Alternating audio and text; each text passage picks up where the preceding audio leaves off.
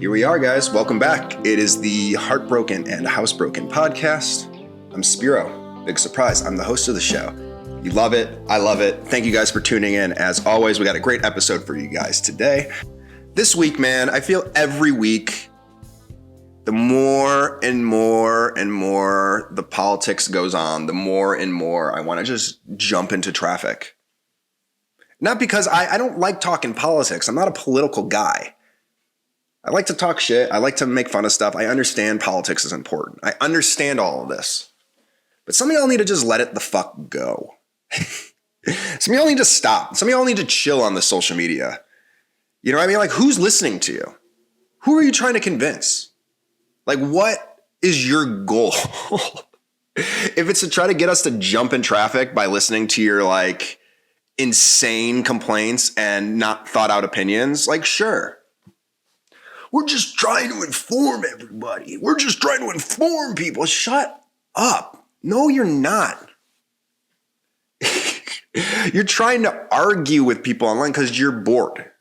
That's really what it comes down to. Y'all don't care this much. Y'all don't care this much.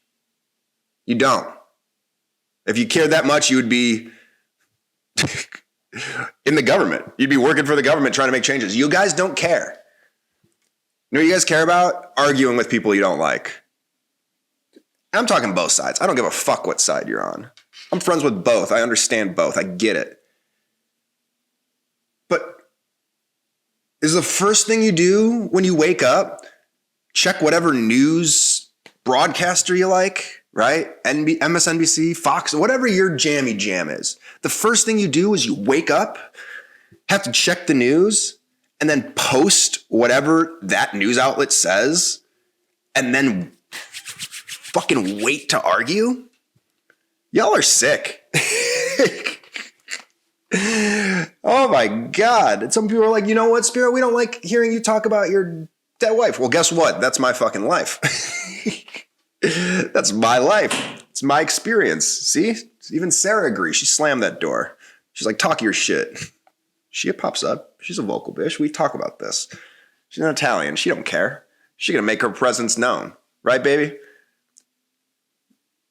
I thought she was going to do something. She's not on cue, right? I can't control the afterlife. What am I, the Ghostbusters? I don't think that's the correct. What am I, the Ghostbusters? Could I just control the afterlife? Boogity, boogity, boogity, boo. If that was the case, I would have Sarah haunt. God. Who would I have her haunt? I would have her haunt a lot of people, to be honest with you. Because she'd be good at haunting because she's very like, I love you, baby. If you're listening, she was very needy, right? She couldn't find anything. Like, if the remote was not in her hand, she needed help finding the remote. And this was even before she got sick. This remote could literally be sitting right next to her, bright orange remote on a black sheet. And she'll be like, I don't know where this remote is. Can you help me find this? I need help. I need help. She didn't sound like that. She's like, I need help. She's like a little. Talk about it on stage. It's like if Joe Pesci fucked a Furby. It's just a little squeaky voice. Where you just like huff and puff. That's all I would hear. Just like Miss Piggy doing a Joe Pesci impression from Home Alone. Just shit's adorable. I love that shit. That's what I mean when I like grumpy, feisty. Why? I just like one of those. It's like, let me just kiss that grumpy ass forehead. Let me kiss those wrinkles on your forehead. Those little furrowed eyebrows. Let me kiss that shit, you little grumpy ass fuck.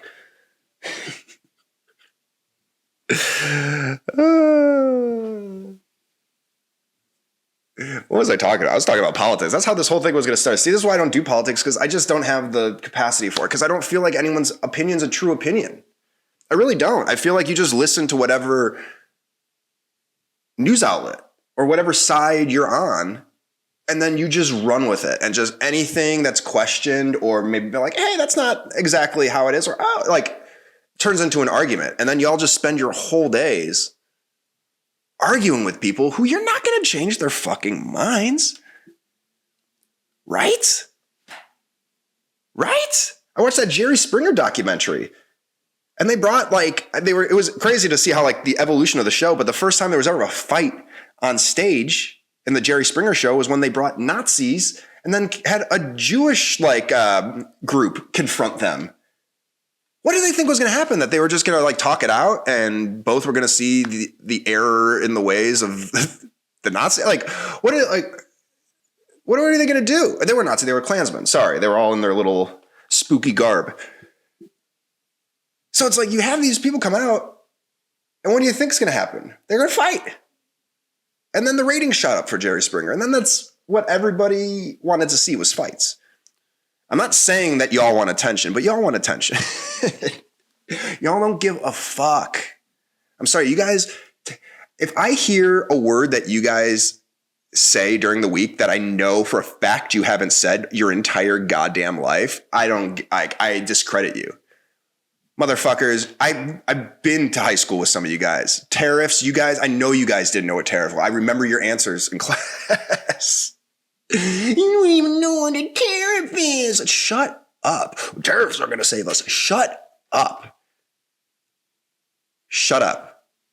Everybody voted. Everybody voted for who they want. I don't think there's any changing it at this point. Okay? So why don't we just chill it out on the social media? I want to see cat videos. I want to see silly fucking weird bloopers of like movies. Like I want to see sports. I want to see happy stuff. I don't want to just scroll and then listen to your not thought out opinions and just quote articles. Right?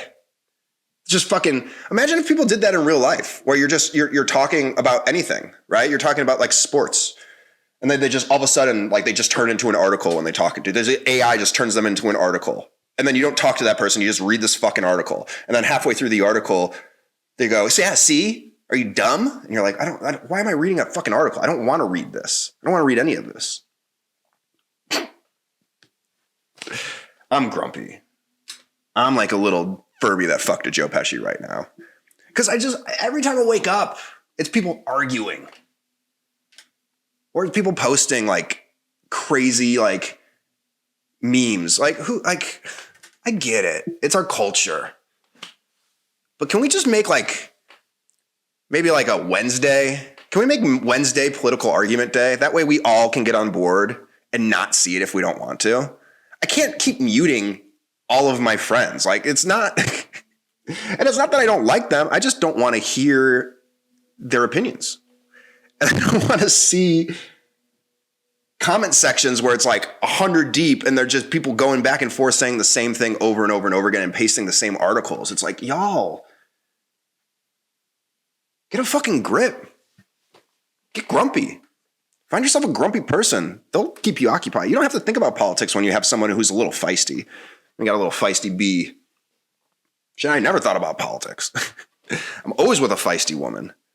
You know why? No, I think I like it because I grew up in a household that watched Judge Judy. I think that's why I like it. I just like a sexy ass tough woman who just slams the gavel and she's like, this is how it's going to be. And I'm like, all right, I will adjust. As long as you slam that gavel on me, Judge Judy. I know you're in charge. What's under that robe? Show me what's under that fucking robe, Judge Judy. Judge Judy? Actually, you're Judge Beauty. Hey! These are the debates I want. I want crazy debates. Like, would you fuck Judge Judy? But she has to slam that gavel on you. I'd do it. Would you? I don't know. What's another one? Here's an argument. Here's an argument that I wouldn't mind seeing on Facebook. Are straws one hole or two holes? That is the argument you guys should be debating on social media. Fuck tariffs. Fuck international trade. Fuck war. Too serious. Too serious for a podcast that talks about being a young widower. All right? Let's talk about some cool shit like are straws one hole or two hole? Think about it. So one continuous hole or is it two holes? I don't know. If you cut the straw in half, then what? 2 holes, 4 holes. It keeps going. Are Cheetos crackers or chips? Some people might say chips, but if you crumble a Cheeto, it gets dusty like a cracker. I'm just saying that's scientific facts. If you ever try to crumble a chip, it turns into little shards of the same chip. Not the same. Right? Goldfish, crackers, Cheetos, crackers. I don't care. Some people will be like, but what about puffs? I think Cheetos are puffs. Fuck you. Puffs aren't a real thing. Puffs aren't a real thing. Okay, Trump said there's two genders. He should say that there's only two types of snacks. Crackers and chips. You can only be crackers or chips. You can't be a puff. We've cut out the puff community. Gonna put a tariff on the puff community. If you're a puff, you gotta pay to be put on the aisles. I'm pretty sure all of that is incorrect in some sort of way, but you get what I'm saying. Let's have fun arguments. Make arguments fun again. MAFA. Come on, Trump, change your thing. MAGA, that was so 2016. MAFA. Make arguments fun again. We had one a couple years ago. Are there more wheels in the world or are there more doors in the world? That's good because some people have a fucked up opinion of what a wheel is and what a door could be. You know, some people make up anything could be a wheel. And then when you try to debate them with a door, they're like, no, that's not considered a door. Because I personally think there's more doors than wheels. Right? Like my apartment. How many wheels do you think I got in my apartment? 0. How many doors do you think I got? 1, 2, 3, 4, 5, 6, 7. And then they're like, well, what about cars? Every car has at least 2 doors. They're like, well, what about watches? There's wheels and gears. Fuck you. That's what I'm talking about. Then every hallway should be a door because it's an entryway to another location. That's not what I mean. You're ignorant. Go back to school. These are the arguments I want to see. Okay, guys? So if you have any other strong arguments, let me know. Let me know in the comments. I would love to debate some strong, wacky arguments. I mean, my Cheeto one is pretty solid. If anybody has any sort of debate against me about Cheetos and whether they're chips or crackers or my just ideology on the puff community, bring it the fuck on. I'm ready. It's that time in the podcast where if you haven't subscribed, you should probably subscribe. You're here, you're enjoying me, you're listening to what I say. Hit that subscribe button, hit the bell. That way you're notified as soon as I drop the podcast. That way you can hear for yourself my insane takes and my silly rants. That way you don't have to hear it from somebody else and think that it's fake news because it's that important, right? Just like a Luka Anthony Davis trade, you want to get notified right away. So hit that bell. That way you can with my podcast. Also, I am on social media platforms, Instagram, TikTok, X, Facebook, at Spiro and That Show. If you haven't followed me already, please do. That is where I post my most recent updates. That way, if I'm performing last minute, you have a chance to catch me, or you can just kind of see how I live my life day by day. Thank you so much for enjoying, and back to the podcast. Oi, that last one got heated. Today's been a weird day. Today's just a weird day for me. I get a little emotional. But still, fuck you and your social media opinions. Just kidding. Kind of. Not really. No, today's a hard day for me. 5 years ago is when I married Sarah. So it is technically our 5-year wedding anniversary, February 3rd, 2020. And it's bittersweet. It really is. It's bittersweet because the day prior is when we found out she was going to be put on hospice, and we were told she wasn't going to live much longer. Which it's crazy because, I don't feel like I was really explained what hospice was at the time. You know? It's, if you're not familiar, hospice is essentially end of life care. You're toast. They just want to make sure you're comfortable. And it's kind of the writing on the wall. Call it denial, call it whatever you want. I was convinced she was going to get through it. I was convinced, man. But we had a conversation early on when she first got sick that if we weren't married and it became to a point where the writing was on the wall, even if it was a hospital wedding, she wanted to get married to me. And even though I didn't know I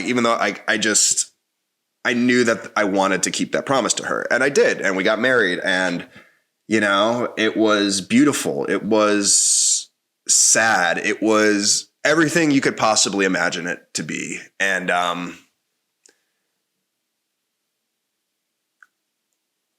it's a bummer. It's a bummer all in the same point, because it's like we didn't get that traditional wedding that a lot of people get, and a lot of that falls for other various reasons. Like there are reasons why we couldn't get married earlier. We couldn't do things earlier.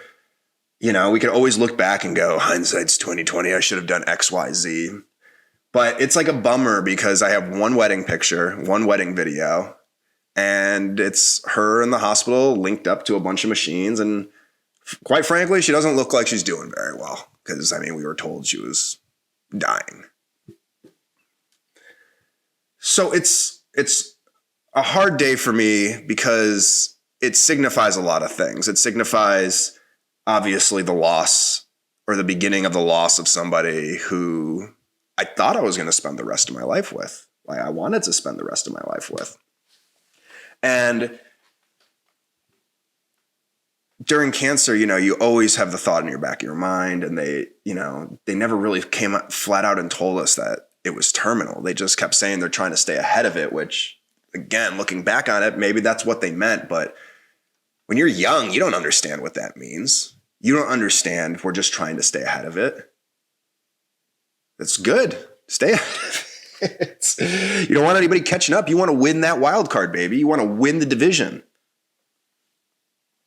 So that's kind of the mentality we took. We're like, we're going to get married, but like, let's beat this. Let's beat this fucking thing. Let's celebrate. Let's live the life we want to live. This is just a bump in the road. And then all of a sudden that bump in the road becomes like a huge hole. And in this case, it became, as Boys to Men would say, the end of the road. The road ended. The storybook closed. And that was kind of the first page of the last chapter. I know a lot of people gotten married, gotten divorced, has lost significant others. It's this one is a tough thing for me. Like this day is an oddly tough day for me because I look back on it and it wasn't something that we could really celebrate together. We ended up celebrating, like she did, like I said, as you guys might know, if you've watched this podcast enough, she lived for a little more than a year after that. She fought hard. She pushed hard. We thought she was going to survive again because she got insanely better. She looked almost as good as she did when she first, before she even got sick. So it tricked us. It tricked me. I don't know if it tricked her, but definitely tricked me. I thought everything was going to get better again. And I thought we were going to be really able to fully enjoy what we were starting out doing. Starting off like a marriage. Even if you get divorced most of the time, you still have that wedding and you have the moments of happiness and you have the pictures and you have the experience and the bachelor party, bachelorette party, the advice, the jitters, the nerves, all of that. Didn't get any of that. And it's one of these things where, again, as a young widower, you don't fully realize how out of place you are from the rest of the world because it's such a small thing. You know what I mean? Like, who would think about this stuff until it happens? And I know a lot of people are like, weddings are expensive, they're overrated. I get all of that. But now I will forever have to say that my first wedding, if I do get married again, my first wedding was in a hospital.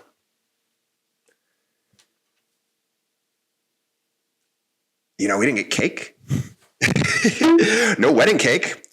We got some, this is true. We didn't have wedding cake because obviously we're in the fucking hospital, but we did go down to the Subway and get a bunch of the raspberry cheesecake cookies because we all fucking love those. Me, Sarah, her brothers, our friends. And we just ate a shitload of Subway hospital raspberry cheesecake cookies. I don't know what was more depressing, the fact that she was going to die soon or the fact that we're like, well, we have to celebrate somehow. Let's get some fucking cookies. And I'm not going to lie, they're good. We ate all of them. Grief gets you a little hungry. We woofed those down. No honeymoon, right? Like we didn't have a wedding night. I didn't get to consummate the marriage. Can you imagine that? Can you imagine if you're a nurse or a doctor and you just told somebody that in their family that they're going to go on hospice, that they're dying from cancer, and then you walk in after a wedding and they're fucking hooking up on the hospital bed? I'm sure you guys have seen that. I'm sure you're like, that's not even a weird thing. That happens all the time. That would freak me out. Right? Some people don't even like when they have their significant other wear socks during sex. She would have had to wear the hospital no slip socks. I can't knock those socks off because they can't slip. Slip resistant socks, baby. What I'm saying is it's something where you don't realize how important it is until you don't have it and a different circumstance comes. So if you're a young couple or if you're an older couple and you guys are engaged or dating or to be married, enjoy each other. I know there's downs and I know there's bads with everything, and the marriage might not work out, and it might work out, and it might, be whatever. But if it's your first time, enjoy those experiences. Enjoy the moments, because I didn't get to have those moments. And that's okay, That is okay. But don't be someone where you just take it for granted. It's something that I really wish, even though there's, again, circumstances of why, timing, everything, everything. It's one thing where I'm like, man, I wish I just had that moment. I wish I had good pictures to look back on. I wish I had just us dressed up, looking good, happiest day of our lives. Instead, this one's a little just more bittersweet. Bittersweet, bittersweet, bittersweet. Trick or treat, bittersweet, no slip socks on my girl's feet.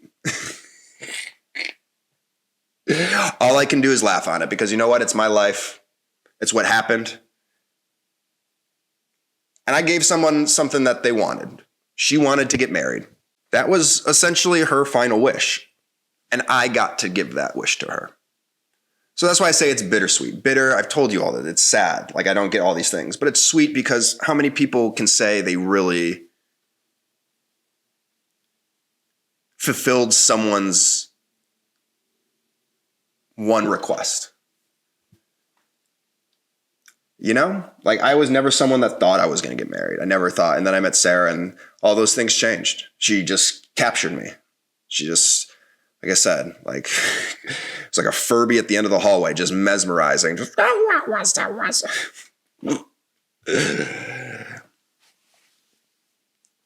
And I got to do something for somebody that not a lot of people get to do. I got to genuinely do something as a last request for somebody to make them happy. And again, she lived for a while, so we got to do a lot of other fun stuff. We got to celebrate. We got to do what we needed to do. But as far as that night goes, it was a very special night, a very sad night. Because I didn't know if she was going to be alive the next day. I didn't know if she was going to be alive the day after that. And we got a blessing. Our wedding gift was essentially another year together. Some people are like, that sounds like a fucking, not a present. 1 year with your wife, that sucks. We didn't get to go to Olive Garden. No. We went to, where did we go? We went to this really, God, I forget the name of the place. We went to this really dope Italian restaurant for our wedding dinner a couple months after, when she started feeling a little bit better and was a little bit more healthy. It was, I think it was like during COVID, right after they started opening up things again, where like you had to like, it might have been before actually, to be honest with you. I don't know. It was a time, 2020 blur. Plus that, we got married and all of a sudden the whole place shut down. Talk about putting your marriage to a test. Some of you guys are like, we were together and we just never lived together. And we got stuck with each other for 2 years. Try getting married and then being told she's going to die, and then have a year where it's like anything you touch could possibly kill somebody that has a debilitating disease. You're like, Jesus, man. If that's not a commercial to wear a condom, I don't know what is. Wrap your dick so you don't get your girl sick. It's dark. As we know, we talk about dark things on this podcast. And that's going to do it for this week's Heartbroken and Housebroken episode. I hope you enjoyed. I know I did. 11 episodes in, we're kicking strong. We've been talking about a lot of fun things. Let me know what you guys think. Drop a comment, send me a message. If you guys want me to riff or expand on anything, I'm more than happy to, but just let me know. With that being said, if you haven't followed me, again, please follow me on social media at Spiro and That Show. Drop a subscribe, drop a like, all that good stuff. And with that being said, I hope you all have a wonderful week, and I will see you next time. I'm Spiro.